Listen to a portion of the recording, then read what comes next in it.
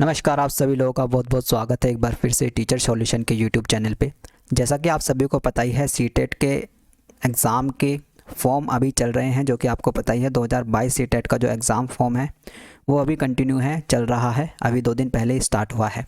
जब से आपके फॉर्म स्टार्ट हुए हैं तब से सभी बच्चे का जो सबसे ज़्यादा मैक्सिमम डाउट पूछा जाने वाला वो ये है कि सर पेपर 2 में कोड 2, कोड 3 और कोड 7 में क्या डिफरेंस है। ठीक है, ये क्वेश्चन सबसे ज़्यादा पूछे जाने वाला अब तक का मैं कहूँगा, क्योंकि मेरे चैनल पे अब तक जितने भी बच्चों ने कमेंट की है कोड 2, कोड 3, कोड 7 में क्या डिफरेंस है सर, क्या डिफरेंस है सर, क्या डिफरेंस है सर। ठीक है, तो ये एक फ़ाइनल वीडियो मैं बना रहा हूँ। ठीक है, ये एक फ़ाइनल वीडियो होगी और इस वीडियो में मैं बिल्कुल क्लियर करूँगा बिल्कुल कि आपका जो कोड 3 और 7 हैं पेपर 2 के लिए, उनमें क्या डिफरेंस है, पूरी डिटेल में मैं इसमें बात करने वाला हूँ। ठीक है, ये आपकी फ़ाइनल वीडियो होगी कोड 2, 3 और 7 को लेकर कि इनमें क्या अंतर है। इसके बाद मैं कोई भी वीडियो नहीं बनाऊँगा कि सर मैं कोड 2 भरूँ कि 7 भरूँ, सर मैं 3 भरूँ कि 7 भरूँ, सर मैं कौन सा कोड भरूँ, मैं कंफ्यूज हूँ। इसके बाद कोई भी वीडियो नहीं बनाऊँगा और ना ही किसी का रिप्लाई दूंगा कमेंट में। अगर इस वीडियो के बाद भी आपका कमेंट आता है सर मैं कंफ्यूज हूँ, मैं कोड 2 भरूँ कि 7 भरूँ, तो भाई फिर नमस्ते है। इसके बाद मैं आपका कमेंट में रिप्लाई नहीं करूँगा, क्योंकि कमेंट में इतनी ज़्यादा कमेंट हैं कि सर 2, 3, 7 में क्या डिफरेंसेस है, सर ये बता दो, ये बता दो, ये बता दो, है ना। तो ये आपकी लास्ट वीडियो होगी, फाइनल वीडियो होगी। इसमें मैं बिल्कुल अच्छे से बताने वाला हूँ फाइनल करके कि क्या डिफरेंस है, कौन 2 भर सकता है, कौन 3 भर सकता है और कौन 7 भर सकता है।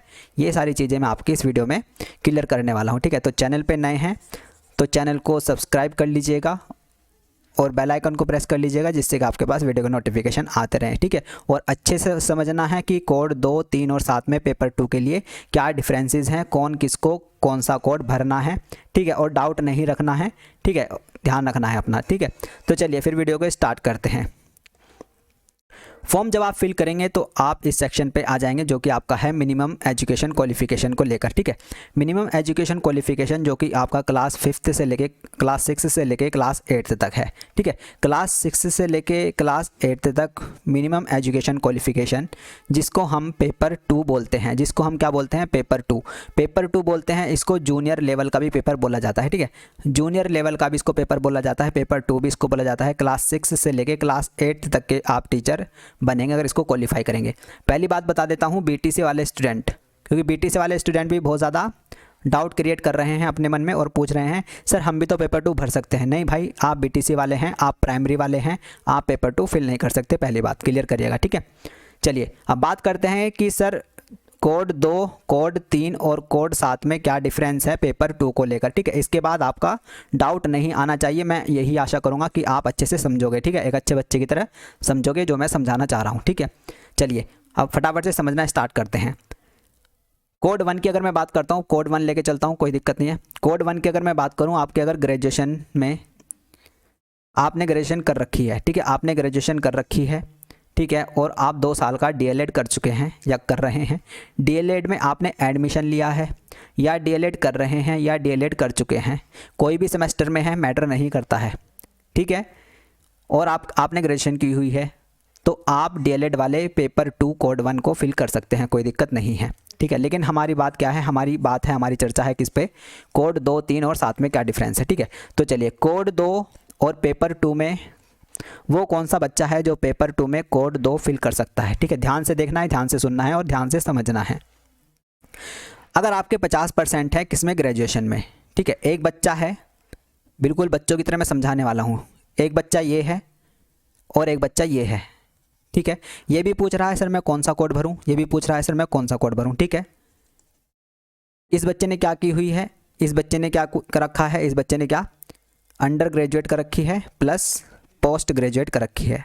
ठीक है, इस बच्चे ने भी अंडर ग्रेजुएट यानी कि ग्रेजुएशन कर रखी है और पोस्ट ग्रेजुएट कर रखी है। ठीक है, क्लियर है। क्या कह रहा है कोड 2, कोड 2 ये कह रहा है कि अगर किसी बच्चे ने ग्रेजुएशन कर रखी है और उसके ग्रेजुएशन में 50% मार्क्स हैं, ठीक है, तो वो कोड 2 चूज़ कर सकता है पेपर 2 के लिए। क्लियर।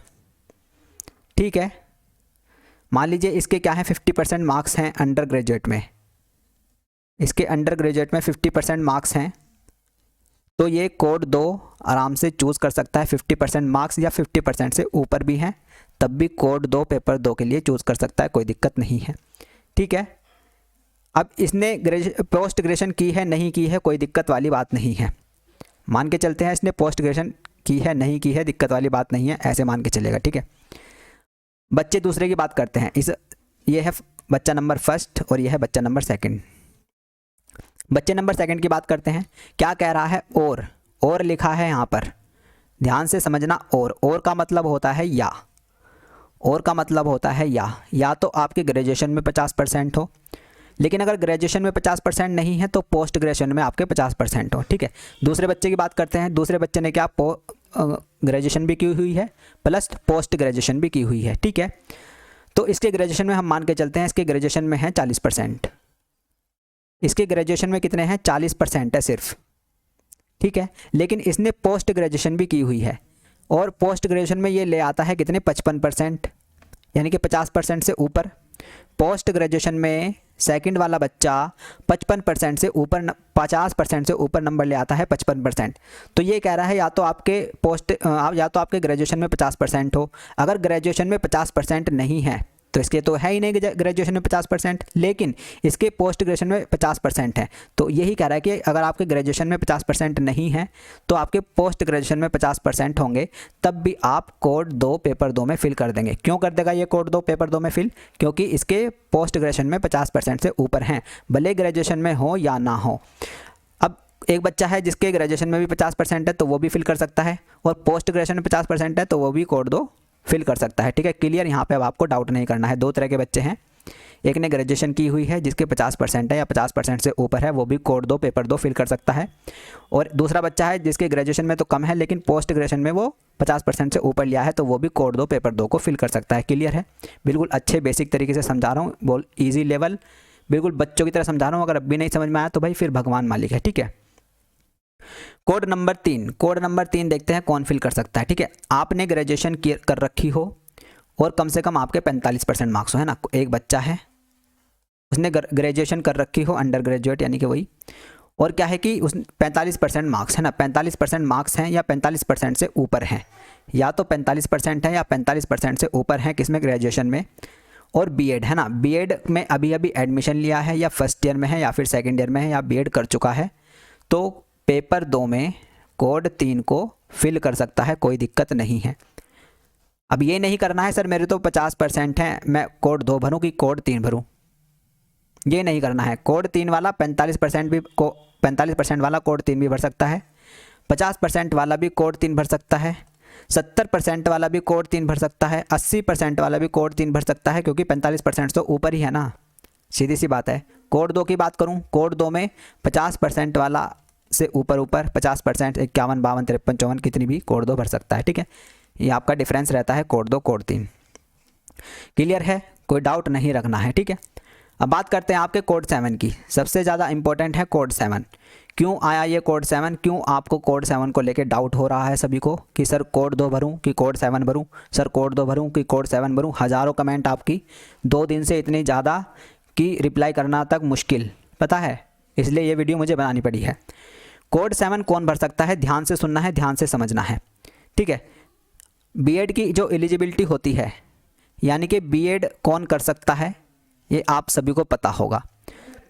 जनरल कैटेगरी की अगर मैं बात करता हूँ, ठीक है, जनरल और ओबीसी कैटेगरी की अगर मैं बच्चों की बात करूँ तो उनको बीएड करने के लिए उनके ग्रेजुएशन में, उनको बीएड करने के लिए जनरल और ओबीसी के बच्चों को बीएड करने के लिए ग्रेजुएशन में उनकी 50% होनी चाहिए, राइट।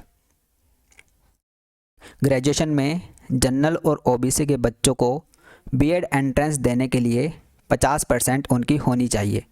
ठीक है, अगर ग्रेजुएशन में 50% नहीं है तो भाई पोस्ट ग्रेजुएशन में 50% होनी चाहिए, है ना। तब आप बीएड का एंट्रेंस दे सकते हैं। कौन? जनरल और ओबीसी बच्चे। ये क्या है? ये बीएड की क्या है? ये बीएड की क्या होती है? ये बीएड की क्या है? न्यूनतम शैक्षिक अर्हता होती है, यानी कि मिनिमम एजुकेशन एलिजिबिलिटी होती है। यहाँ पर आप देखो, न्यूनतम शैक्षिक अर्हता किसके लिए? बीएड द्वितीय वर्ष पाठ्यक्रम के लिए, सामान्य वर्ग के लिए और पिछड़ा वर्ग यानी कि ओबीसी कैंडिडेट और जनरल कैंडिडेट के लिए न्यूनतम 50% होनी चाहिए अगर कोई बीएड करना चाहता है या बीएड का एंट्रेंस देना चाहता है। क्लियर है? स्नातक में यानी कि ग्रेजुएशन में, स्नातक में नहीं है तो स्नातकोत्तर यानी कि पोस्ट ग्रेजुएशन में। भाई स्नातक में नहीं है बाय चांस तो पोस्ट ग्रेजुएशन कर रखी होगी, उसमें तो तुम 50% लाए होंगे। हाँ जी लाया हूँ, तो कोई बात नहीं, एंट्रेंस दे दो, है ना। तो या तो ग्रेजुएशन में या फिर पोस्ट ग्रेजुएशन में एक जनरल और ओबीसी बच्चे की 50% होंगी तो वो बीएड का एंट्रेंस एग्ज़ाम दे सकता है, यानी कि सीधी सी बात है वो बीएड कर सकता है ना। ये आपकी मिनिमम एलिजिबिलिटी है। लेकिन वहीं एससी का बच्चा, अनुसूचित जनजाति यानी कि एससी कैटेगरी का स्टूडेंट और एसटी यानी कि अनुसूचित जनजाति और एसटी कैटेगरी का स्टूडेंट, उनके लिए बीएड करने के लिए कोई भी ऐसा रूल नहीं है। यहाँ पर आप देख सकते हैं साफ साफ लिखा है कि बस आप क्या हैं, आप पास होने चाहिए। एससी और एसटी बच्चे के लिए ग्रेजुएशन में कोई भी परसेंटेज का बाउंडेशन नहीं है, सीधी सी बात है, बस पास होने चाहिए। यानी कि अगर ग्रेजुएशन में 33% भी हैं एससी और एसटी बच्चे के लिए तो वो भी क्या है, बीएड का एंट्रेंस एग्ज़ाम दे सकता है और बीएड कर सकता है। क्लियर है? अब आ जाते हैं यहाँ पे कोड नंबर 7 पर। तो कोड नंबर 7 की कहानी यही है भाई। अभी तक कोड 2 में आपने क्या देखा? कोड 2 में हमने देखा 50% वाला बच्चा पेपर 2 को भर रहा है, ठीक है, चाहे उसकी ग्रेजुएट में 50% हो या फिर पीजी में 50% हो। फिर हमने देखा कि 45% वाला बच्चा कोड 3 को भर रहा है, अगर उसकी ग्रेजुएशन में 45% है तो भर रहा है। अब एससी और एसटी कैटेगरी के स्टूडेंट जिन्होंने बीएड कर रखी है, और क्योंकि वो तो 45% से नीचे भी बीएड कर लेते हैं, है ना, तो जिनके एससी एसटी कैटेगरी के स्टूडेंट जिनके 44% हैं, 40% हैं ग्रेजुएशन में, 33% हैं जो सबसे लास्ट होता है पासिंग मार्क्स, 33% है, तो ये वाला बच्चा पेपर 2 में कौन सा कोड फिल करेगा, है ना। ये कहाँ जाएगा? ये कहाँ जाएगा? ये जाएगा यहाँ 7 में। ये कहाँ जाएगा? यहाँ 7 में। तो कोड नंबर जो आपका 7 है इसमें परसेंटेज का कोई भी बाउंडेशन नहीं है। कोड नंबर 7 में आपका परसेंटेज का ग्रेजुएशन की कोई भी बाउंडेशन नहीं है।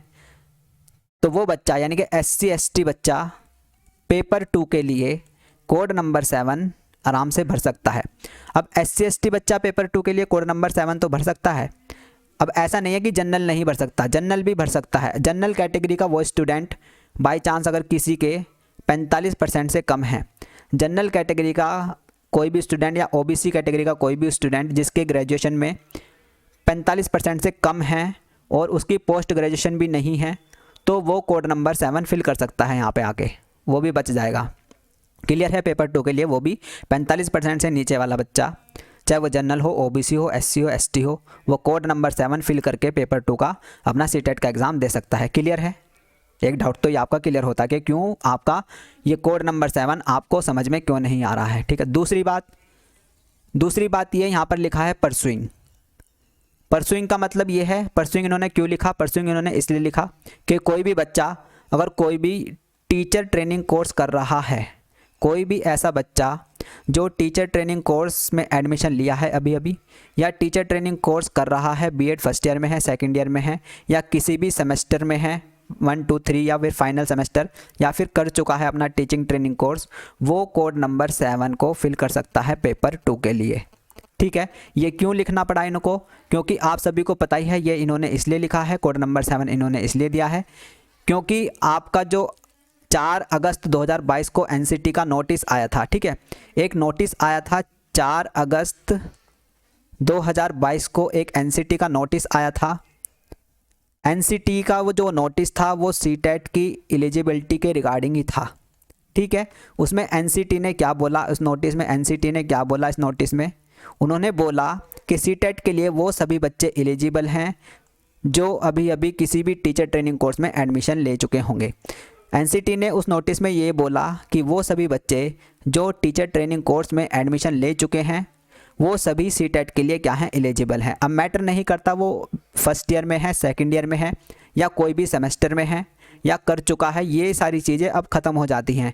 आप अगर डाउट पूछते हैं कि सर मैं इस सेमेस्टर में हूँ, तो सेमेस्टर भाई मैटर नहीं करता है। आप एक सेमेस्टर से लेकर 4 सेमेस्टर में हैं या आपका कंप्लीट हो गया है, ये अब किसी भी कोड में मैटर नहीं करता। आप देख रहे हैं सर, क्योंकि कुछ बच्चे ये पूछ रहे हैं सर उसमें लिखा है कि अपीयरिंग इन फाइनल ईयर, भाई ये अब मैटर नहीं करता। Appearing in final year, appearing in first year, appearing in last year, appearing in first semester, appearing third semester, appearing fourth semester, ये बिल्कुल भी मैटर नहीं करता, क्योंकि ये नोटिस जब आ गया है तो उसके अकॉर्डिंग आप सभी जो एडमिशन ले चुके हैं किसी भी टीचर ट्रेनिंग कोर्स में, आप सभी एलिजिबल हो। पहली बात तो ये, कोई भी यूट्यूबर आपको गुमराह कर रहा है तो वो इसलिए कर रहा है क्योंकि उसका खुद भी सीटेट क्लियर नहीं है और वो चाहता है कि ये नए बच्चे फालतू में आके हमारा कंपटीशन बढ़ाएंगे, तो वो चाहता है कि आप भी फॉर्म ना भरें और आप उनकी बातों में आके अपना फॉर्म छोड़ रहे हैं, तो बहुत बड़ी गलती आप अपने भविष्य के साथ कर रहे हैं। ठीक है, तो फॉर्म तो बिल्कुल भी नहीं छोड़ना है। कोई भी टीचर ट्रेनिंग कोर्स अगर आप कर रहे हैं, आपने एडमिशन ले लिया है, तो फॉर्म तो आपको ज़रूर भरना है। कोड मैं आपको बता दूंगा कि आपको क्या कोड भरना है, आपका फॉर्म 100% भर जाएगा। ठीक है, आपको एग्ज़ाम में एंट्री भी मिल जाएगी, आपका एग्ज़ाम भी हो जाएगा। अगर आप पास कर जाते हो तो आपका सीटेट का सर्टिफिकेट भी आ जाएगा और उसकी दुनिया की ताकत उसको कोई भी मना नहीं कर सकती। 100% ध्यान रखना, लिख के ले लेना, टीचर सॉल्यूशन कह रहा है, वो आपका सर्टिफिकेट वैलिड रहेगा अगर आपका एक बार सर्टिफिकेट आ जाता है तो। ठीक है, ठीक है। अब आपको कोई भी यूट्यूबर कहता है कि ऐसा है वैसा है, एलिजिबल नहीं है, तो उसको जाके कहना कि कम बोल। ठीक है, तो ध्यान रखना कि कोई भी बच्चा जो टीचर ट्रेनिंग कोर्स कर रहा है वो एलिजिबल है, क्योंकि यहाँ पे परस्यूइंग लिखा है। अब आप कहेंगे सर कौन से आप एनसीटी के ऐसा कौन सा नोटिस है जिसकी आप बात कर रहे हो, है ना, हमने तो आज तक वो नोटिस नहीं देखा है। चलिए अब उस नोटिस को भी मैं आपको दिखा देता हूँ, क्योंकि कुछ बच्चे क्या हैं, ज़िंदगी तो जी रहे हैं लेकिन ज़िंदगी में जीने के लिए अवेयर नहीं है। ठीक है, ये नोटिस आपका है जो कि एनसीटी की तरफ से आया था, ये 4 अगस्त 2022 को ये एनसीटी का नोटिस आया था। ठीक है, अब ये क्या है, जो आपके ये पुराने, ये जो है आपके कॉलम है सारे, ये पुराना डाटा है, अभी भी सीटेट ने अपने फॉर्म में पुराना डाटा डाला हुआ है, इसलिए अपीयरिंग इन फाइनल ईयर, ये ऐसी ऐसी चीज़ें आपको देखने को मिल रही हैं और आपको लग रहा है कि हम तो फाइनल ईयर में है ही नहीं, तो हम तो एलिजिबल है ही नहीं, है ना। तो बेटा ऐसा नहीं है। ठीक है, अब मैं इस नोटिस को थोड़ा जूम कर देता हूं ताकि आपको दिख जाए कि जो ये नोटिस था एनसीटी का, ये किसके रिगार्डिंग था। यहाँ पर देखिएगा national council for teacher education, NCT का ये नोटिस था। यहाँ पर डेट देखिएगा 4 अगस्त 2022 का, 4 अगस्त 2022 का आपका ये नोटिस था। ठीक है, सब्जेक्ट देखिएगा यहाँ पे लिखा है इतना बड़ा बड़ा कि clarification regarding eligibility for appearing in CTET, यानी कि सीटेट में अपीयर होने के लिए जो आपकी एलिजिबिलिटी है वो क्या होनी चाहिए, उसी के रिगार्डिंग ही हम यहाँ पे नोटिस आपको पेश कर रहे हैं। ठीक है, इस नोटिस में क्या कहा गया था, इस नोटिस में कहा गया था एनसीटी ने कि अगर कोई भी बच्चा परस्यूइंग है किसी भी टीचर ट्रेनिंग कोर्स में, यहाँ पे देखो, अगर किसी भी टीचर ट्रेनिंग कोर्स में, है ना, यहाँ पे देखो, a person who has been admitted in teacher training and is pursuing he और she can appear in TET examination, है ना, यानी कि कोई भी बच्चा, वो लड़का हो या लड़की हो, कोई भी टीचर ट्रेनिंग कोर्स में एडमिशन ले चुका हो या फिर परस्यूइंग या फिर पढ़ रहा हो, तो वो क्या है, आपका टेट एग्जामिनेशन के लिए क्या होगा, एलिजिबल रहेगा। ठीक है ना। अब टीचर ट्रेनिंग कोर्स में आपके कौन कौन से आते हैं भाई, आपका टीचर ट्रेनिंग कोर्स में आपका बीएड भी आता है, आपका टीचर ट्रेनिंग कोर्स में आपका बीटीसी भी आता है, आपका टीचर ट्रेनिंग कोर्स में आपका डीएलएड भी आता है, आपका टीचर ट्रेनिंग कोर्स में आपका बीएलएड भी आता है, आपका टीचर ट्रेनिंग कोर्स में आपका बीएसटीसी भी आता है, आपका टीचर ट्रेनिंग कोर्स में आपका डीएड भी आता है। ठीक है, तो ये सारे कोर्सेज आपका, और टीचर ट्रेनिंग कोर्स में आपके स्पेशल बीएड वाले भी आते हैं, टीचर ट्रेनिंग कोर्स में आपका इंटीग्रेटेड बीएड वाले भी आते हैं, है ना। तो ये सारे क्या हैं, टीचर ट्रेनिंग कोर्स हैं। इनमें से कोई भी अगर आप कर रहे हैं तो भाई आप क्या हैं, एलिजिबल हैं। ठीक है, यहाँ पर देखो फटाफट से 2 में क्या लिखा है, it is clear from the order passed by the Honorable Supreme Court of India that a candidate who has been admitted in any of the teacher training course and undergoing, ठीक है, या तो एडमिशन ले चुका है teacher training course में या undergoing या फिर कर रहा है, the teacher training course TTC can be said to be pursuing such teacher training course and a fair reading of course इतना NCT guideline, a person who has been admitted, कोई भी बंदा यानी कि ए पर्सन, कोई भी who has been, जो admitted यानी कि जो एडमिशन ले चुका है किसी भी टीचर ट्रेनिंग कोर्स में, एंड परसुइंग या फिर कर रहा है, ही और शी लड़का है या लड़की है, कैन अपीयर हो सकता है इन द टेट एग्ज़ाम, है ना, टेट एग्ज़ाम के लिए क्या है, अपीयर है। तो इस नोटिस को बैलेंस करने के लिए उन्होंने आपको कोड नंबर 7 दिया, है ना, कोड नंबर 7 दिया इस नोटिस को बैलेंस करने के लिए। क्योंकि क्या है कि आपको वैसे ही बहुत ज़्यादा डाउट है, वैसे तो अपीयरिंग का खेल है ही नहीं, मतलब फाइनल ईयर इन अपीयरिंग का खेल नहीं है, सभी आप एलिजिबल हैं।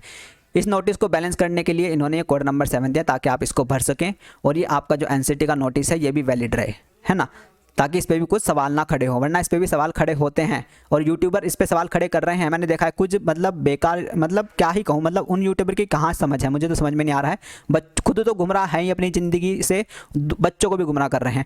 इस नोटिस को बैलेंस करने के लिए ये कोड नंबर 7 है, वरना ये नोटिस भी आज की डेट में गलत साबित हो जाता, क्योंकि आप देख रहे हैं कि अपीयरिंग इन फाइनल ईयर देखकर ही ये नोटिस क्या है, गलत साबित हो जाता है और यही भ्रम फैला रहे हैं वो, ठीक है। तो आप लोग सभी एलिजिबल हैं, अपना मौका ना छोड़ें सीटेट देने का, ठीक है। आपको अंतर पता चल गया कि कोड 7 कौन भर सकता है, कोड 2 कौन भर सकता है, कोड 3 कौन भर सकता है और कोड 7 कौन भर सकता है ना। आई थिंक मैंने आपका डाउट क्लियर करने में मैं सक्षम रहा हूं और आपको सब कुछ समझ में आया होगा, एक एक चीज़, एक एक पॉइंट।